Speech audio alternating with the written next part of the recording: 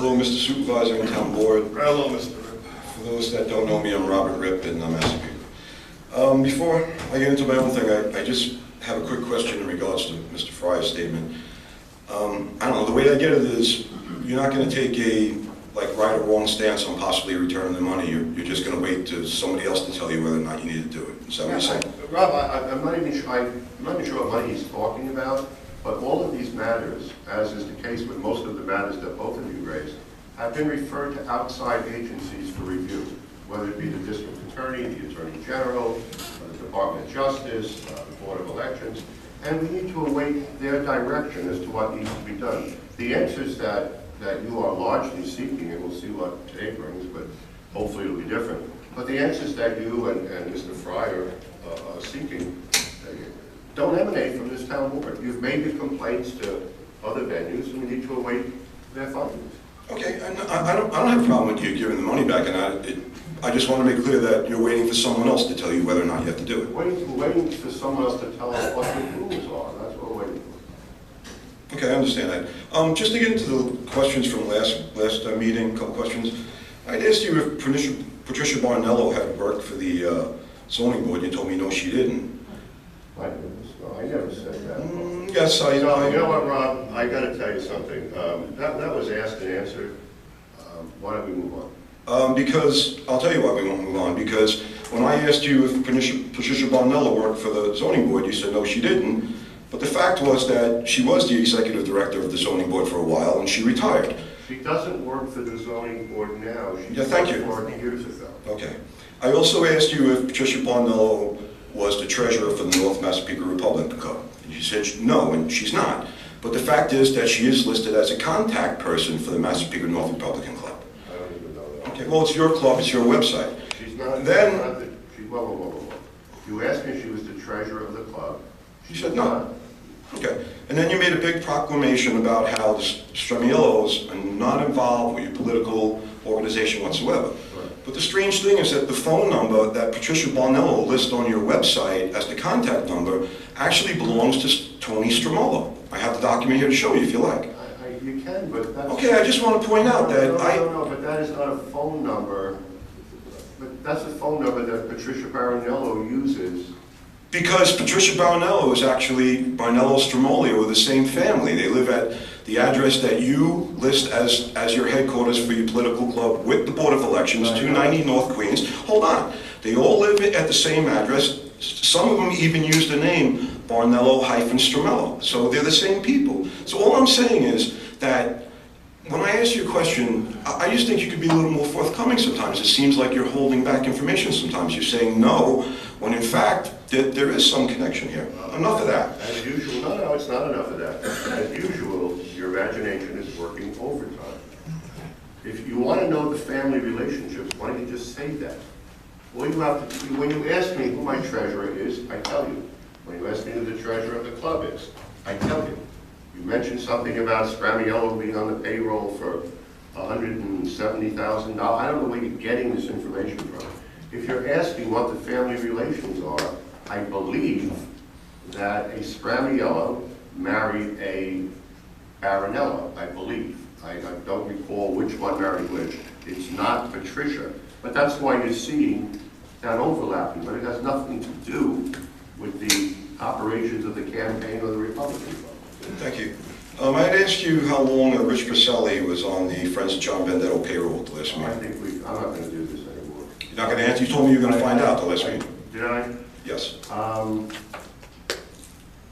didn't, but I will. But it's been a few years. That's all I know.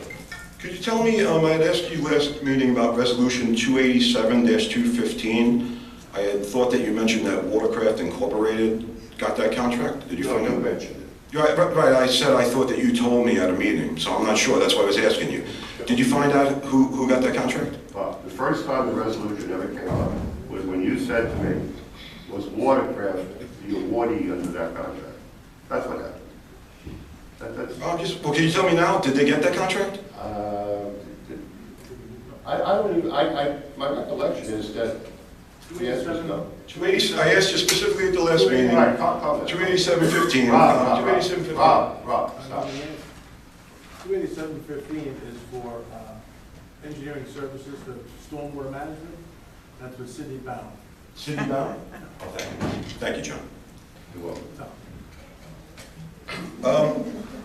I recently did a FOIL request in regards to the, actually, I just wanted to mention the FOIL just for a quick second, because you mentioned that people have, you know, avenues to address if the town denies a FOIL request. I just want to let you know that I currently have 18 of them out there, all right? I'm pretty sure that they're all public information.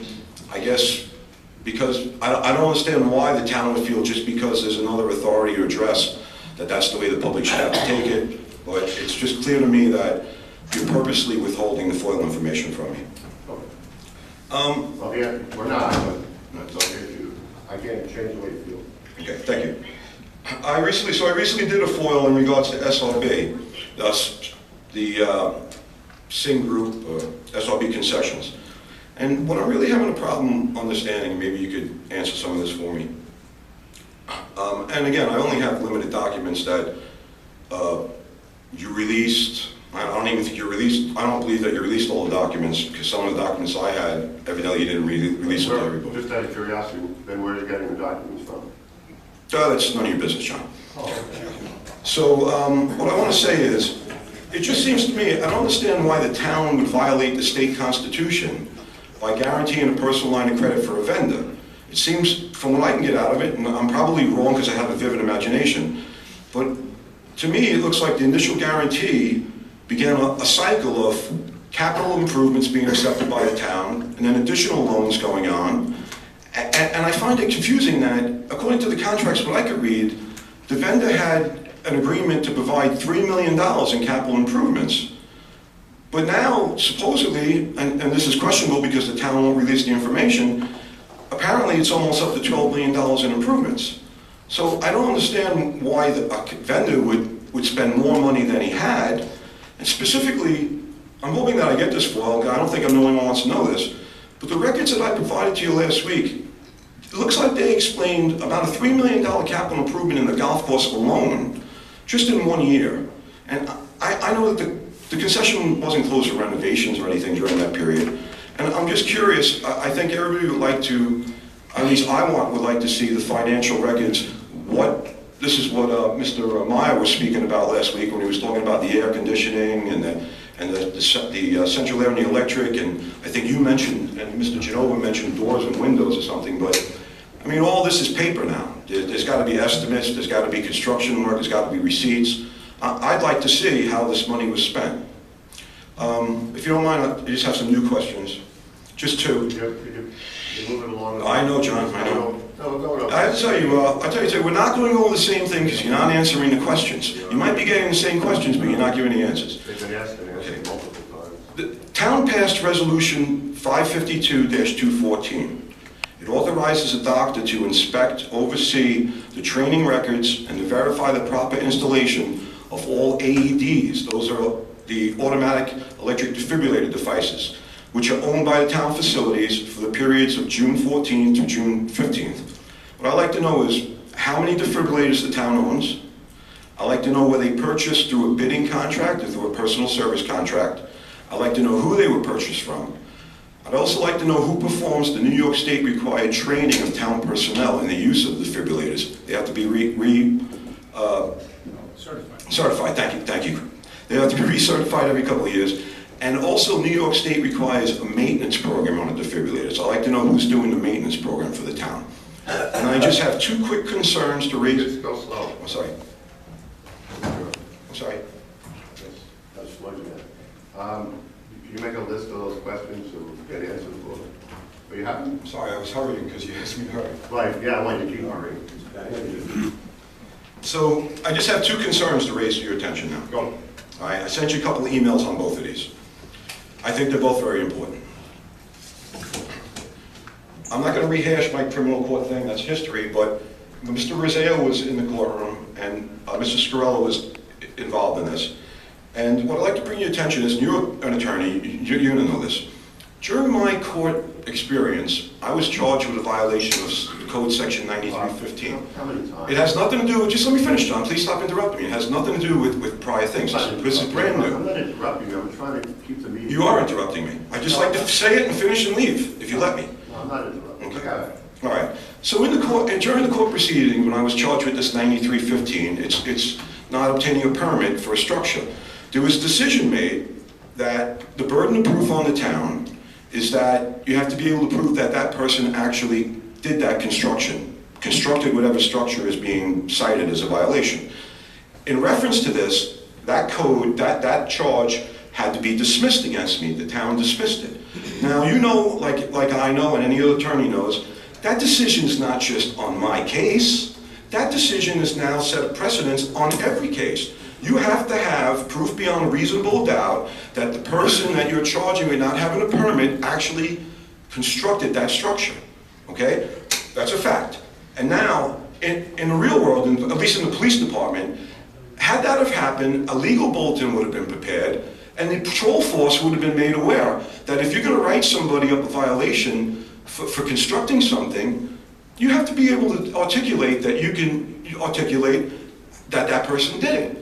Okay, now it's come to my attention that the very same code enforcement agent that served this on me is continuing to write up violations of 9315, fences, decks, other structures, when he knows perfectly well that he can't prove that that person ever constructed it. Now, we're not talking about like life-saving crimes that have to be acted on right this minute. Code enforcement agent could show up, make an observation, go to the building file, make an educated decision. Either I'm going to swear under penalty of perjury that this is a crime and I'm going to take it through, or I'm not. But that's not what's happening. And what is happening is, listen, when I first started interacting with the town, like most residents, I had confidence in the town. I love where I live. I thought that, you know, I could believe what the code enforcement agent was saying to me. But remember, I was charged with 9 violations and only found guilty on 1. A majority of them were dismissed because of the irregularities, the improper action of the code enforcement agent. Now, I'm just giving you my opinion, but if you knowingly keep writing people, okay, and the majority of people won't take off from work, won't fight or fight the summons, and they're purchasing these permits and spending thousands of dollars to come in compliance for issues that they don't need to come in compliance for. It's a big problem. I don't know if you agree or not. I wanted to put that out there. Well, I just have a question for you, so I'm not sure I understand what you're saying. I'm sure what I'm about to say is wrong. It would almost have to be wrong, but I'll ask it anyway because of the emphatic way you just put forth the statement you did. I'll use myself as an example, okay? I decide I'm going to fence in my property. So I hire the Muscarella. I'm using this as an example now. Don't anybody get excited. Okay, I use the Muscarella Fence Company. He does not have a fence company. I want to be clear on that. I use the Muscarella Fence Company to put up the fence. Joe Muscarella himself comes and puts up the fence. You're not saying that because John Venditto did, okay. Not at all, John. I can't believe you even used that scenario. No, because you kept saying they didn't see me put it up. And I'm, no, I never said they didn't see But me. now let me, I hope I'm not sorry about this, but let's try again, because maybe I'm not understanding. Okay. Here's what's happening, John. Okay, you had an incident in court where you had to dismiss a charge because, and I have the court transcripts. I'll email them to you if you let me email you anything. But I don't want it. Okay. So the fact of the matter is that, and you can ask Mr. Rizzeo, he's sitting here, you had to dismiss the charge because you couldn't prove the burden of proof, right? We made a decision as a matter of trial strategy to dismiss the charge. There was no decision from the judge. Listen, I can read the transcripts. I didn't bring them with me today. I wish I did. My point is, I believe, we can disagree. I believe that... Keep going. Let's keep moving forward. I believe, well, it didn't seem like you got the question, so... No, I believe that you have a problem here, that your code enforcement agents are writing violations that they can't substantiate. They know they can't substantiate beyond reasonable doubt, meet the burden of proof. But that's the part I'm having... What is the basis for you? That's the part I don't understand. You don't seriously mean that they have to see Robert Grip putting up the fence. No. So what do you mean? That's what I'm not grasping. Well, listen, I mean, I'm not going to solve a case for it, but I'll just use it for instance. Let's say that Let's say that a code enforcement agent came to my house and he saw a fence and he wanted to write me a charge up, but he went back in my building file and there's no survey, showing no fence, where he can make a conclusion. I can prove in court that there was no fence in 201 and there's a fence in 202. Okay, what I'm saying is that you get a code enforcement agent that can't prove. He could say, oh, there's a fence there, but I don't know when it went up. I can't prove that it wasn't there 10 years ago. I can't prove that it wasn't there. The proof of the burden of proof that was needed was you had to be able to prove that the person who was receiving the violation constructed the structure. All right, listen, I'll take a look, but if a building inspector goes out and goes to my property and sees a fence, and he got a complaint from my neighbor who said, hey, VENDITTO put up a fence, and I really don't like the way it looks. He put it up backwards, it's an eyesore, blocking my line of vision, blah, blah, blah. He now goes to the building department file on my piece of property, and he sees that there's no fence, no permit for a fence, or anything of that sort. Are you saying that that's not a sufficient basis? Yes, I am, because what was it was explained explicitly in this way by the Honorable Judge Alexander. You can't prove that Robert Ripp installed the fence. So you can't prove that he didn't buy that house with the fence already there. And it happens a lot. Okay. Yeah, because there's a misconception. There's a misconception that and I've heard this from the town attorney's office. There's a misconception that when you buy somebody's property, like you're buying their violations too. That's not true. You nod your head yes, but it's wrong. You're wrong. Talk to me. Okay. Can we move on? We will move on, but I'll look into the things you're saying. It seems to me that some things are so fundamental and basic that I think the town, and virtually all towns, all municipalities, would be justified on the example I gave you, where there's no permit, what have you. And I do think that the person who maintains the property, who may have taken it with a violation, may have a problem. But no, don't be. I'm going to be an argumentative. Don't respond. I'll look into it and see what. Okay. I just want to say, because you seem a little unclear. It actually happened. I challenged it in court. It actually happened. I'm not unclear. I'm a little bit in disbelief. But we'll go back and we'll take a look. Okay. And just in closing, I sent everybody an email on August 1st. I didn't get any responses, so I just want to put it out to you. Hang on a second. You get a response from me that it was received? I got a response from your secretary that a second email was received, not the original one. Okay. Sorry, and it wasn't from you. I mean, it was from your secretary. Well, my secretary works for me, and I don't have access to my town email when I'm out of the office. You don't have access to email? No, Okay. she sends me emails. No problem. Thank you. No problem. I'm not about to give my personal email. Okay. Some of you may not be aware of the entire extent of my involvement with the town of Oyster Bay and the office of the district attorney. In 2012, I went to the district attorney with a perjury issue involving a town codes enforcement investigator. I was a walk-in and the ADA who interviewed me was interested. I got a follow-up call from Warren Thurr of Public Corruption. He interviewed me also. Then Chief of Public Corruption Bernadette Ford got involved, and then my complaint disappeared. During this time, 3 town of Oyster Bay Constables came... When did the complaint disappear? Let me finish and I'll answer your questions. Okay, during this time, 3 town of Oyster Bay Constables came forward with allegations of crimes committed by then Chief of Bay Constables John Antetomaso. This is in 2012, right? I'll finish.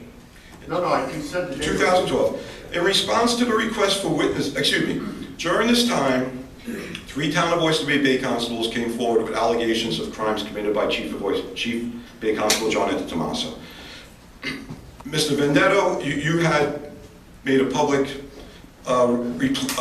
request in Newsday for anybody with information to come forward. So did Kathleen Rice. I came forward both to your office and to the district attorney's office. Do you have the Newsday on? I have them. I have the links. I'll give. You can have this after the meeting. I want that one now because I don't recall. Okay. Did you give me the link? Yeah. You'll submit it? You'll submit the link? Yeah, I'll give them all to you when I'm done. Okay. You're not going to be able to look it up now, right?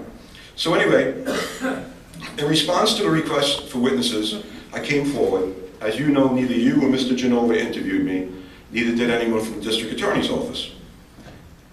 Recently, I was contacted by the district attorney's office and asked to come in.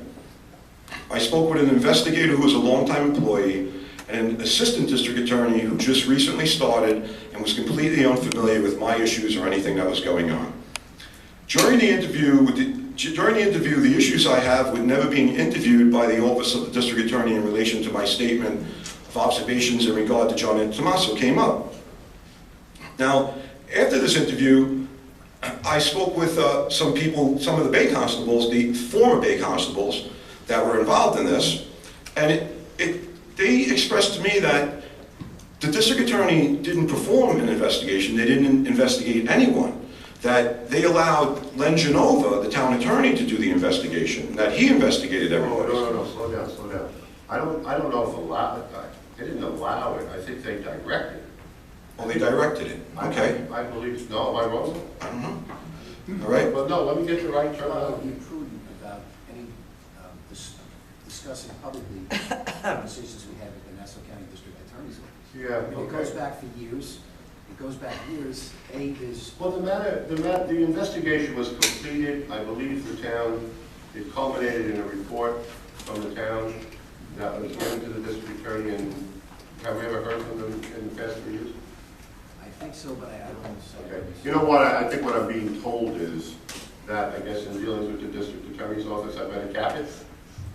Yes. Okay, all right, because I really don't know. All I recollect is that, no, hold on. I'm sorry, go ahead. All I recollect is that complaints were made to the district attorney's office. The town of Oyster Bay did investigate those complaints. Am I going wrong? Yes, and we met with them, but I would Okay, and we met, I guess, did we work in conjunction with them? characterize it that way. Okay, and that's probably the most I can say about it. I guess you'll go to the district attorney for whatever other information you want. Okay, so So my point is that... If it's not under investigation, and you tell it, is it being, you'll be revisiting it with the district? No, hold on a second. You're going off on a tangent. You're kind of going off on a I'm just tangent. concerned about what you're going to say, that's all. No, I'm not revisiting anything. All right, go ahead. All right? My point is that the district attorney, my point is that the town prepared a document and a report by the town attorney, Leonard Genova, and forward that to the district attorney. Would it be fair to say that they probably used that when they made their recommendation? I don't think we've, I don't. But you sent the report there, that's the point. I don't want to comment any further. Okay. All right, so I recently forwarded you all... Their jurisdiction, let them... Okay, that sounds good. I recently forwarded you all a audio recording that I recently received. It's a 2 Bay Constables audio recording. Did you get it? No, I didn't. I'm sorry, did you get it, Councilman Alicia? I did. Did you get it, Councilman Constantino? I'm not familiar with it, no. Did you get it, Mr. Muscarella? Mr. Macchione? Mr. Fisk? Did you get it? I received it. Yeah, Thank you, I'm sorry. I suffered a hearing injury in the Marine Corps. I'm sorry. I'm a little deaf. When did you send it? August 1st. Where did you send it in my case? I actually asked, whenever I emailed the board, I always put a little note, please forward it to Mr. Venditto, because I can't email him myself. No, I haven't. So they didn't forward to you. In any case, this... I was away, I returned on the 3rd, that's probably why I didn't see it. Thank you very much. And I know before you would answer to the supervisor that it's not his business where some of your sources come from, but just from my perspective, if you're sending us a link of 2 people talking, I do feel like we probably should know where it came from, because in New York State, well, you're a police officer. I disagree with you. I'm sure you're familiar I with disagree laws with you. reporting 2 people speaking. Whoa, wait, You're getting off on a tangent. No, we're not. I'm going to alert you ahead of time. If you're going to refer to that tape or a transcription of the tape without the people whose voices are on the tape being present here, we're not going to do that. Why not? There's no law against that. No. There may be a law against, there may be an illegally taped comment. We don't know. Possibly, under my belief, one of the persons in the conversation, actually I'm sure one of the persons that were having the conversation made the tape. Well, that's not good enough. Okay.